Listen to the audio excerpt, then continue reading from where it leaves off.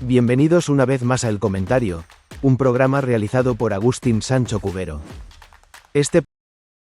Bienvenidos una vez más a El Comentario, un programa realizado por Agustín Sancho Cubero.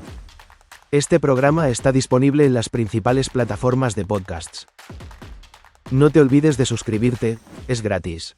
A continuación empezamos el programa. Muchas gracias. Bueno, iniciamos hoy un análisis de la legendaria Ruta de la Seda. Nos hemos basado en varios textos de museos, artículos históricos, Sí, y hay algo clave que entender ya, ¿no? No hablamos de una carretera única. Para nada. no, exacto, olvidémonos de eso. Era una red inmensa que conectó, mundos muy distintos durante siglos. Claro. Y fue mucho más que comercio, ¿eh? Un verdadero crisol. Ahí se mezclaron culturas, ideas, tecnologías que cambiaron las cosas. Entonces, la idea es ver un poco qué se movía por esas rutas, quién viajaba realmente. ¿Quiénes eran los protagonistas? Sí. Y cómo ese intercambio, transformó civilizaciones enteras. Porque dejó huellas. Huellas que todavía hoy podemos rastrear. Pues esa es la misión, desentrañar esa red. ¿Por qué se llama Sede de la Seda? ¿Y qué más viajaba, aparte de la tela? Porque había mucho más, ¿verdad? Muchísimo más. Pues vamos a desgranar esto. A ver, lo primero, la imagen mental. Hay que quitarse de la cabeza lo de la autopista, como decías. Totalmente. Era una red, pues intrincada. Caminos por tierra y, ojo, también rutas por mar. También por mar, ¿sí? Unía China con el Mediterráneo cruzando toda Asia Central. Una distancia enorme. Enorme. Y una historia de milenios, ¿eh? Con épocas de más auge. Claro. Sobre todo cuando había grandes imperios que daban cierta estabilidad, cierta seguridad. ¿Cómo cuáles? Pues piensa en los Han en China y el Imperio Romano al principio. Luego los Tang, los Abásidas y, muy importante, los mongoles. La famosa Pax Mongólica. Ah, claro. La paz mongola facilitó mucho el tránsito. Muchísimo. Y había puntos clave, nodos, como Dunhuan. Sus cuevas de Mogao son un tesoro, un cruce de caminos literal y cultural. ¿Y el nombre? Ruta de la Seda. Decías que es moderno. Sí, bastante moderno, del siglo XIX. Lo acuñó un geógrafo alemán, Ferdinand von Richthofen. En su época, la gente no hablaba de la Ruta de la Seda. Se referían a tramos, a caminos específicos o a los pueblos que los usaban. Curioso. Hablemos de la seda entonces, el producto estrella, ¿no? El más famoso, sin duda. Un lujo muy codiciado en Roma. Tanto que hasta generó debate, ¿no? Leí algo de que algunos moralistas la criticaban. Sí. Se la veía, quizá demasiado lujosa, incluso inmoral por las transparencias, aunque también había probablemente una preocupación económica. Por la salida de oro del imperio, para pagarla. Exacto.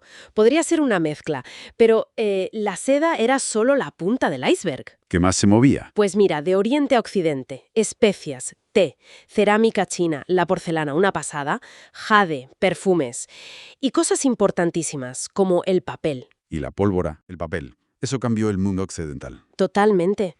Y al revés, de occidente a oriente. Caballos centroasiáticos, muy valorados en China para su ejército. Caballos, sí. Camellos, vidrio, oro, plata e incluso cultivos nuevos para China, como la uva o la alfalfa. Y los camellos, los bactrianos, esos de 2 jorobas. Esos. Fundamentales. Estaban perfectamente adaptados al desierto. Podían cargar un montón de peso, unos 130-135 kilos. Una barbaridad. Y cerraban las fosas nasales en las tormentas de arena. Sin ellos, la ruta terrestre a esa escala, impensable. Pero has dicho algo interesante antes, que casi nadie recorría la ruta entera. No, era rarísimo. Esos 6.500 kilómetros era demasiado. Funcionaba por relevos. Intermediarios. Exacto. Pueblos comerciantes como los sogdianos, por ejemplo, o mercaderes bajo distintos imperios, los Kushan, más tarde mercaderes musulmanes. Y estaban los carabasares. Las posadas fortificadas. Eso es, para descansar, intercambiar mercancías. Eran puntos vitales. Pero ojo, que no todo era positivo. El lado oscuro. Pues sí, también se traficaba con esclavos. Y las enfermedades. Las epidemias viajaban por estas mismas rutas. La peste negra, por ejemplo, se cree que usó estas vías. Es verdad, la conexión tiene siempre esas dos caras. Pero esa misma conexión fue también un vehículo para las ideas, las creencias, la tecnología. Quizá lo más transformador. fundamental. El budismo, por ejemplo, nació en India y viajó por la ruta de la seda hasta China, Asia Central. No fue la única religión, ¿no? ¿Qué va? También el cristianismo nestoriano, el maniqueísmo y más tarde el Islam. Todas usaron estas redes. Y la tecnología. El papel chino llegó a Occidente. Samarcanda tuvo la primera fábrica fuera de China. ¿Y al revés, llegó algo tecnológico a China? Sí, por ejemplo, técnicas para fabricar vidrio desde la zona del Mediterráneo. ¿Y el arte? ¿La música? Mencionabas las cuevas de Mogao. Es que son el ejemplo perfecto de esa fusión. Murales con influencias de India, Persia, hasta de Grecia. Y se han encontrado documentos allí en 17 idiomas distintos. 17, increíble. Y representaciones de músicos, de danzas llegadas de Asia Central, como la danza Juteng, que se puso de moda en la corte Tang. Era lo exótico que traía la ruta. Entonces, tuvo sus épocas doradas, como decías. Han, Roma, Tang, Abásidas, los mongoles. Pero luego decayó. Sí, como todo gran ciclo histórico, entró en declive. Fue gradual. ¿Y las causas principales que apuntan los textos? Pues son varias y se combinan. Primero, la fragmentación del imperio mongol. Eso trajo inestabilidad, menos seguridad en los caminos. Claro, más peligroso viajar. Exacto.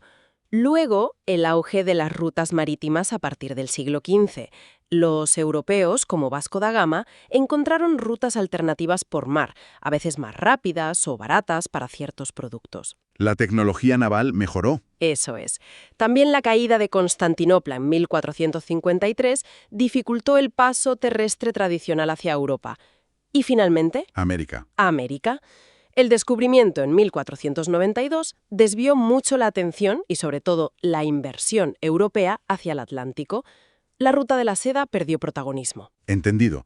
Entonces, si tuviéramos que resumir, la gran conclusión, ¿cuál sería? Pues que la ruta de la seda fue mucho más que comercio. Fue, yo diría, la primera gran red de globalización.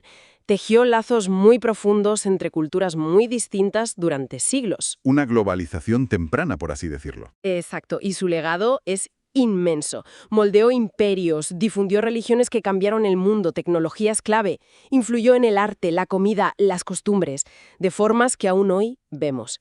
Esas conexiones antiguas siguen resonando.